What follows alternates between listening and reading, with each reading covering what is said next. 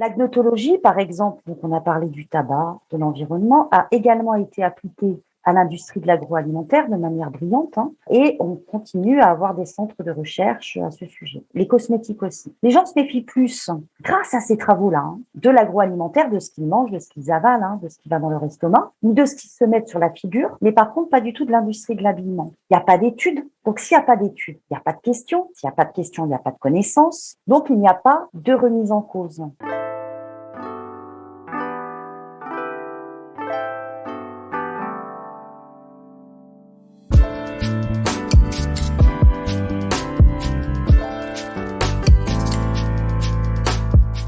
Bienvenue sur Qu'est-ce que la mode, le podcast qui vous invite dans de multiples discussions autour de cette unique question, qu'est-ce que la mode ? Je m'appelle Elsie Pommier, je suis designer de l'individu. J'accompagne les professionnels à travailler l'habillement comme un support d'expression et de communication. Dans ce podcast, je vous partage mes discussions avec ceux qui façonnent la mode. À la découverte de savoir-faire, de façon d'être, d'histoire et de culture, on comprend vite que la mode est loin d'être banale. Alors, retrouvez un épisode chaque lundi sur toutes les plateformes d'écoute. Vous pouvez aussi vous abonner à la chaîne et soutenir la production sur patreon.com/qu'est-ce que la mode. Habillé, habilleur, bonne écoute.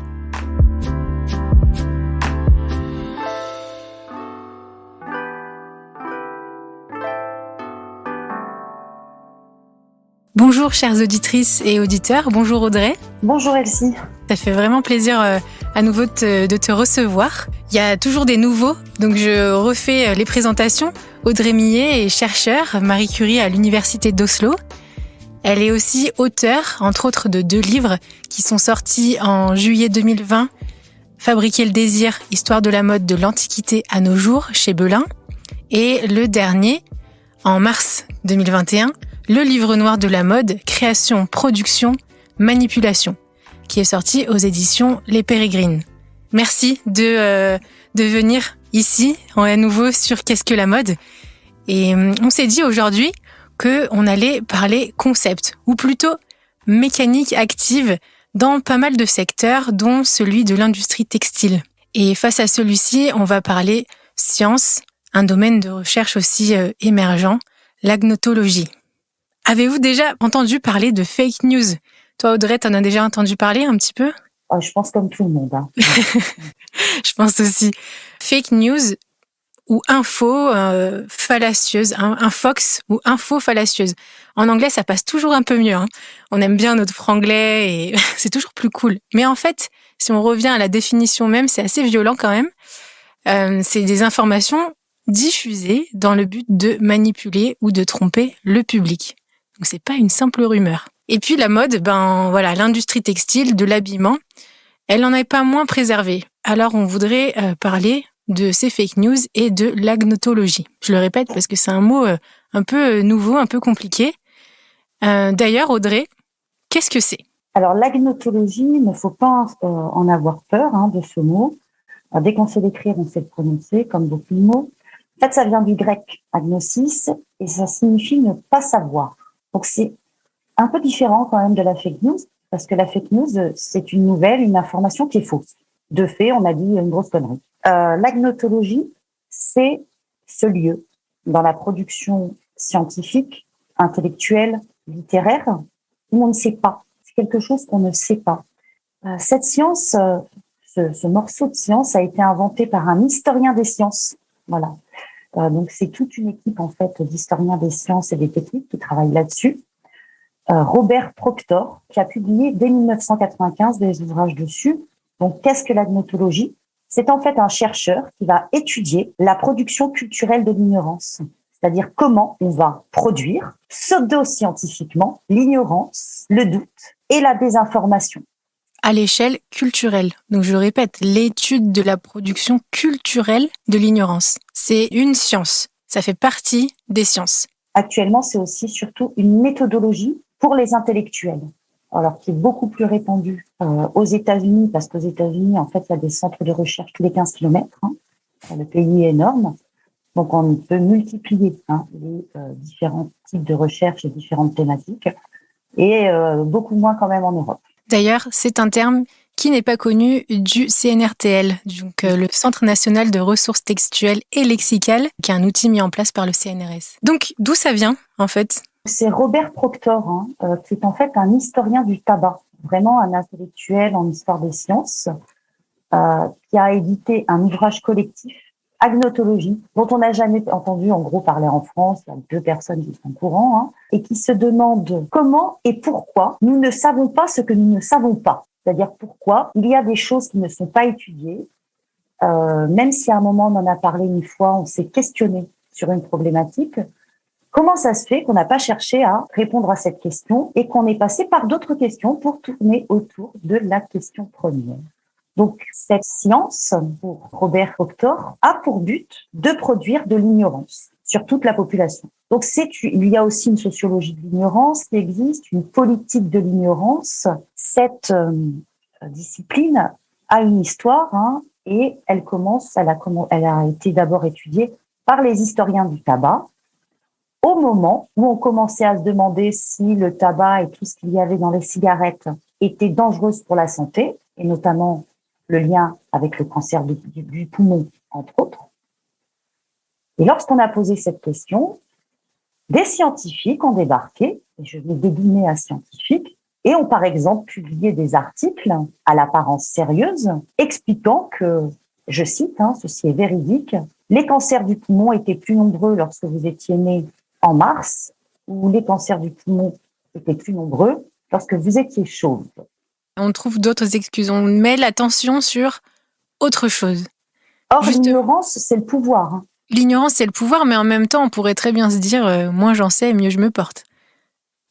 Oui, alors ensuite, je suis pas persuadée que la population du tout est comme ça, surtout quand on parle de décès. Elle a envie de savoir. Mais la technique, la méthodologie, pas la méthodologie, la technique développée, la technique de diffusion par ces pseudo-scientifiques pour créer le doute.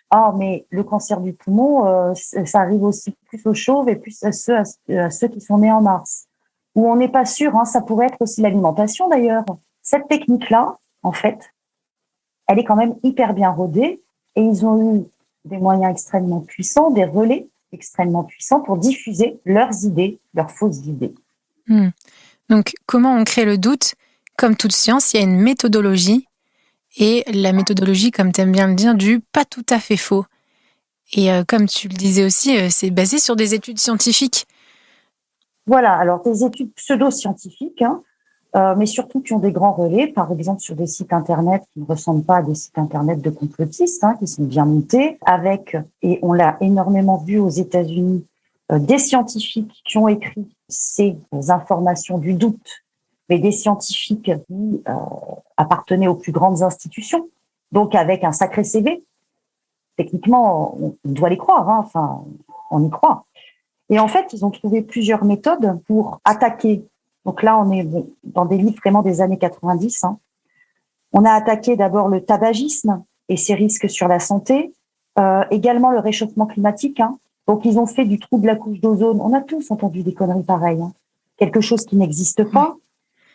Ils se sont attaqués aussi au lien entre l'amiante et la santé, au tabagisme passif, aux pluies acides. Donc, la cible, en fait, de ces pseudo-scientifiques, leur méthodologie, c'est de discréditer les scientifiques qui, eux, bossent dans leur laboratoire et démontrent les problèmes et les risques sur la santé.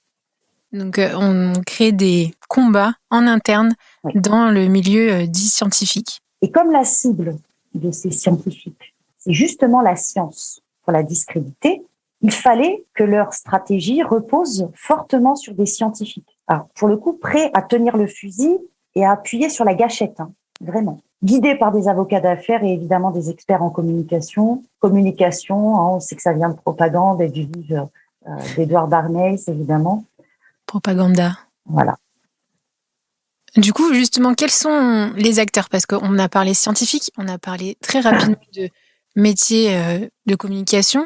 Parce qu'on voit très rarement déjà ces métiers ensemble. Normalement, les scientifiques, ils sont un peu enfermés et puis ils ont leur revue, ils ont leur documentaire, leur documentation qui est très peu accessible Alors, je sais pas, peut-être pas dans d'autres pays, mais en tout cas, en France, c'est comme ça. C'est très sectorisé et le grand public n'en a pas accès facilement. Donc, quels sont les acteurs de cette agnotologie et de cette science?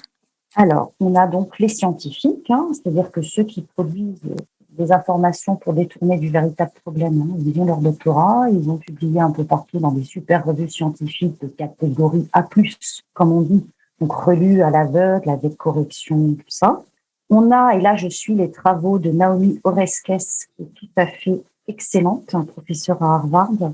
Parmi ces acteurs, on a aussi d'importants journaux qui relaient les informations pseudo-fausses. Et on a eu notamment, pendant le gouvernement Bush, le New York Times qui y a participé, le Washington Post, le Newsweek, des blogueurs, des émissions de télé, il y a énormément de chaînes aux États-Unis, des membres du Sénat jusqu'au président et au vice-président des États-Unis, des journalistes qui n'ont pas toujours compris, comme le public, qu'il ne s'agissait pas là de débat scientifique. Le débat scientifique est essentiel, bien entendu. Il se passe au sein de laboratoires, entre spécialistes avec de grands échanges. Il ne s'agissait pas là de débat scientifique, mais de désinformation, partie intégrante d'une très, très, très vaste entreprise de lobbying, et tout d'abord le tabac. Le but de ces scientifiques, à qui on devrait retirer finalement leur doctorat, est d'embrouiller l'esprit des gens au sujet d'enjeux essentiels de la vie, et des enjeux essentiels comme par exemple les enjeux environnementaux. Donc en fait, les acteurs principaux, si on voulait donner un grand titre, c'est les influenceurs d'opinion. Alors c'est ça, les influenceurs, donc là on peut aussi un petit peu plus rentrer dans l'industrie de la mode. Ouais. C'est un mot qu'on connaît, qui est considéré comme un métier. Ouais. Tous ces acteurs absolument qu'on croit, ces gens qu'on croit, parce qu'ils l'ont dit, ils l'ont publié sur Internet, machin, parce qu'ils ont beaucoup de followers, parce qu'ils sont très suivis. Ce ne sont pas des gens de science. Ils relaient des informations suite à des partenariats, donc toujours bien entendu pour l'argent. Et on a eu quand même des drames qui se sont passés, c'est-à-dire des scientifiques hyper pointus, au top de la crédibilité, de la méthodologie, qui ont été attaqués sur leur travail de manière extrêmement violente et dont on a attaqué la réputation de manière extrêmement violente, qui se sont trouvés dans les journaux, attaqués de part et d'autre, et dont, par exemple, la famille a explosé également. Ça a été le cas pour l'industrie du tabac. Pour le professeur dont tu parlais tout à l'heure. Voilà. Et en fait, on en arrive à ce niveau-là, c'est-à-dire que maintenant, avec la publication d'informations régulières, en flux continu, et absolument continu, 24 heures sur 24, sur des sites, c'est très facile d'ouvrir un site Internet, on attaque la réputation des chercheurs. En fait, il faut décrédibiliser la science pour faire croire à une théorie totalement fabriquée. Et on se pose notamment la question, pour l'industrie de la mode, sur le fait qu'il n'y a pas ce type d'étude qui a été appliquée. L'agnotologie, celui qui cherche la désinformation, elle a été appliquée de manière brillante au tabac, mais c'est quand même, on trouve toujours les mêmes articles des années 90 ou 2000 qui disent que le tabac ne fait rien, et que d'ailleurs il n'y a pas de problème dans l'environnement. Il faut bien que tu le saches, Elsie. Ouais. Ils sont toujours d'actualité, donc c'est hyper grave, parce que ça rentre dans le système. Voilà. Dans nos habitudes et dans notre façon de voir les choses, et du coup de consommer. L'agnotologie, par exemple, on a parlé du tabac, de l'environnement, a également été appliquée à l'industrie de l'agroalimentaire de manière brillante, et on continue à avoir des centres de recherche à ce sujet. Les cosmétiques aussi. Les gens se méfient plus, grâce à ces travaux-là, de l'agroalimentaire, de ce qu'ils mangent, de ce qu'ils avalent, de ce qui va dans leur estomac, ou de ce qu'ils se mettent sur la figure, mais par contre pas du tout de l'industrie de l'habillement. Or, c'est tout à fait logique, puisque ces travaux n'existent pas au sein de l'industrie de l'habillement. On ne se pose pas de questions, mais nous, justement, on en parle donc dans Qu'est-ce que la mode ? Donc, il doit avoir un rapport à la mode. Il y a un rapport à l'industrie textile. Un vêtement, il se porte sur un corps. Et notre corps est vivant, notre corps est plein de pores sur la peau et il respire. Il est très sensible à justement ce qu'on pose dessus. Donc, pas seulement des crèmes qui vont à l'intérieur, mais ce qui touche ce corps. Et donc, quel est ce rapport-là à l'habillement, à l'industrie de l'habillement ? En fait, c'est assez simple. il y a très, très, très, très peu et pas facilement diffusé par les médias de travaux sur la toxicité, notamment des vêtements. Cette lacune, ce manque de travaux, de fait, comme ça, c'est problématique. Pourquoi on n'en parle pas? Ces travaux scientifiques, il y en a très peu. Je vais un peu loin et je vais dire qu'ils n'existent pas. Je veux dire qu'il y en a très peu. Il n'y a pas d'études. Donc, s'il n'y a pas d'études, il n'y a pas de questions. S'il n'y a pas de questions, il n'y a pas de connaissances. Donc, il n'y a pas de remise en cause. On reste actuellement encore sur des études classiques, sur des livres beaux-arts, qu'on appelle catégorie beaux-arts, qui relèvent de l'esthétique et de la silhouette, parce que dans tous les cas, il faut vendre. Et il faut bien dire que quand même, il est plus facile de vendre un vêtement à paillettes et tout mignon qu'un nuggets. Donc, on reste sur ce truc, sur ce vernis, sur ce glacis pailleté. Et il faut bien dire que les médias ne donnent pas les moyens aux scientifiques d'exprimer leurs doutes face justement à ces lacunes et à l'inexistence de ces fonds publics ou privés pour ce type d'études. Ok, donc en fait, pour l'instant, si on résume, c'est que les études, les recherches sont concentrées sur l'esthétique du produit, de l'industrie textile, donc le vêtement, le costume, l'accessoire, son histoire, mais pas de rapport entre l'habit et le corps habillé. En gros, c'est ça. On peut avoir aussi des problématiques de genre, tu vois, des études un peu, les nouvelles études qui croisent l'étude du vêtement, la psychologie aussi, on a fait un peu de sociaux, mais le lien entre science et habillement, il n'est pas encore fait. Pour l'instant, celle-ci. Ouais, pour l'instant. Mais ça remettrait beaucoup de choses en question puisque le vêtement, tout le monde en porte. Et puis, ça remet en cause une sacrée quantité, une sacrée masse, une sacrée consommation aussi de masse. Et ça, c'est du viral qu'on n'aimerait pas trop avoir, en fait. C'est pas hyper sexy pour vendre du vêtement. Voilà. Quels sont les moyens pour convaincre? Alors, on va convaincre, les fossoyeurs de la véritable information vont convaincre à partir des médias en éludant en fait ces questions qui gênent. Alors pas tous, il y a quand même des journalistes qui ont une carte de presse et l'utilisent pour informer véritablement et ne font pas que tester des cosmétiques. Techniquement, on utilise les médias et c'est vrai qu'il y en a du mal à critiquer, par exemple, ce qu'il pourrait y avoir dans un parfum ou dans un vêtement, si sur la page de droite, on vend notamment ce vêtement, ce parfum. C'est contradictoire. Donc, il y a un vrai problème, en fait, de financement d'annonceurs et les moyens pour détruire cette pseudo-information qui n'existe pas, celle qui pourrait être méchante pour le vêtement, c'est également d'attaquer personnellement sur la méthodologie scientifique, les vrais scientifiques. Donc à nouveau, cette guérilla en interne dans le milieu scientifique. Et en plus, donc là tu soulignes aussi ce point très important, c'est la médiatisation, la force de parler plus fort que l'autre aussi. Plus fort que l'autre. Et puis le buzz, on le trouve ailleurs. Il y a toujours moyen de trouver du buzz ailleurs. De toute façon, le buzz se crée. Donc il est tout à fait facile de contourner le problème et de dire cette semaine je ne peux pas en parler. Donc on contourne le problème, ça a des conséquences. Ouais, justement, c'est quoi ces conséquences concrètement? On détourne en fait l'attention du porteur du vêtement, du consommateur. On va le noyer dans l'information, on va le noyer dans les jupes, on va le noyer dans les visuels, on va le noyer dans l'esthétique, on le noie dans la formation.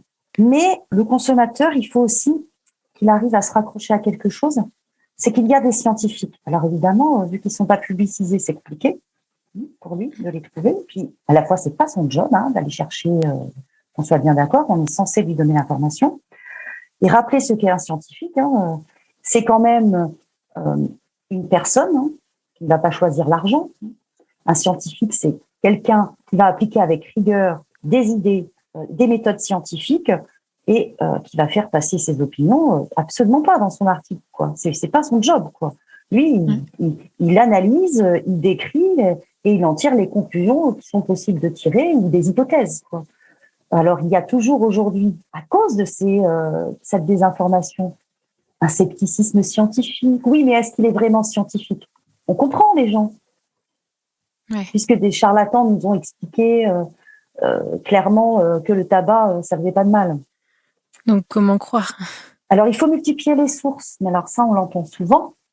Mais c'est quoi une source? Ouais. Alors, une source, ça s'analyse déjà par la qualité du support. Un blog, c'est pas un journal de presse. C'est par ailleurs, on pourrait me rétorquer que compte tenu des annonceurs des journaux de presse, on se pose des questions et vous avez raison. Il faut également se renseigner sur la qualité de l'auteur. D'où vient cette personne? Qui c'est? Oui. Avec qui il travaille? Pourquoi il va parler des allergies? Est-ce qu'il sait? Il y a des journalistes qui sont spécialisés et heureusement, c'est formidable. Et s'interroger sur la méthodologie employée. D'où viennent les statistiques qui sont balancées? Est-ce qu'elles n'ont pas l'air louches? Interroger. Alors le problème, moi je pense que c'est pas au consommateur de trier chaque information qui lui arrive parce qu'il est noyé. Donc c'est vraiment aux gens à l'extérieur, sous recherche publique ou privée d'ailleurs. Il y a des recherches privées qui sont tout à fait excellentes, de poursuivre cette quête du savoir. Ouais, le consommateur doit pas devenir lui-même chercheur. Enfin, dans le sens avoir toute cette méthodologie et de trier et tout ça. Les chercheurs sont là normalement et le média, donc médiatisation, devrait devenir médiateur, enfin juste le canal entre justement ces deux sphères que sont les scientifiques et le consommateur. C'est ça. Comment alors contrer cette fabrique culturelle de l'ignorance? Il faut financer des études. Donc ça, il faut financer des chercheurs qui seraient assez bien payés pour ne pas accepter d'argent des grosses industries. Et pas spécialement des chercheurs en mode, mais en fait dans l'habillement. C'est-à-dire des anthropologues, des historiens, des chimistes, des archéologues également, parce que l'étude d'un squelette, ça peut apprendre beaucoup sur les maladies dues aux vêtements notamment. Et bien entendu, aujourd'hui, on est en pleine crise, quand même des médias. Il faut créer des contre-pouvoirs. Alors, il ne faut pas les créer, les multiplier, parce qu'ensuite, on sera encore plus paumé qu'on est paumé aujourd'hui. Mais créer des contre-pouvoirs aux médias qui refusent de parler de ce type d'industrie dans un sens qui serait plutôt négatif, alors qu'en fait, on a également besoin des industriels pour qu'ils s'améliorent et les scientifiques ont besoin d'eux et les industriels ont besoin des scientifiques. Ça peut être un échange, tout un modèle économique, tout un système à changer, à modifier ensemble dans le partage. J'aime beaucoup ton terme, tu utilises un mot, l'échange, et plus justement une question de poids et de pouvoir par son poids, par son budget ou par sa présence géographique, aussi pour souligner ce que tu disais, une des manières donc de contrer cette fabrique culturelle de l'ignorance, c'est l'étude, c'est étudier, c'est encourager les scientifiques. J'ai relu le serment d'Hippocrate qui n'est pas un contrat légal, mais c'est un contrat moral que tous les docteurs passent, en médecine ou en radiologie.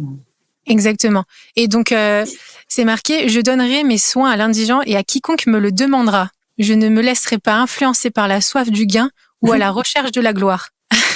Alors, je t'entends rigoler, mais ça veut vraiment tout dire. Mais voilà, je voulais souligner sur l'idée de à quiconque me le demandera. Notre force à nous, de notre côté de la masse, on va dire, c'est de le demander, c'est de l'exiger et donc aussi d'encourager cette étude-là et de s'informer, d'encourager la bonne information.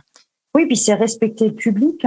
Quand on voit que un groupe de scientifiques peut s'acharner contre une preuve scientifique, c'est peut-être le moment où il faut intervenir et se dire qu'il y a un plan derrière. C'est un plan des industries, c'est évident. Je vous rappelle quand même le livre de Naomi Oreskes et d'Eric Conway, Les marchands de doute, tout à fait excellent, du grand art, dont on ne parle pas assez.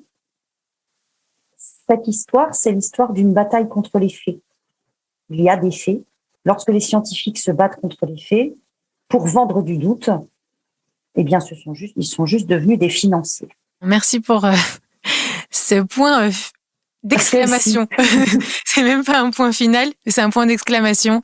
Merci beaucoup, donc, Audrey, pour cette initiation, cette découverte de cette science qui est l'agnotologie. On le redit, notre problème, c'est la lacune. On l'a bien dit, comment on construit notre savoir dans l'industrie de l'alimentaire. C'est toute une mécanique, une méthodologie, et c'est là. Mais pourquoi est-ce absent dans l'industrie textile ? Voilà, on vous laisse décider.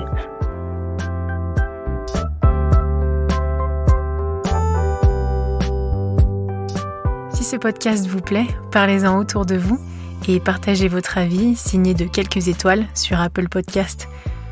Vous pouvez aussi soutenir Qu'est-ce que la mode sur patreon.com. Et oui, ça se fait pas tout seul, mais avec des contributions à partir de 2 €, vous faites perdurer ce podcast et gagner en qualité de production. Je vous remercie en tout cas pour votre écoute, votre soutien, toutes ces discussions sur LinkedIn et Instagram. Toutes ces rencontres sont vraiment édifiantes. Encore merci et habillez, habilleurs. À la semaine prochaine.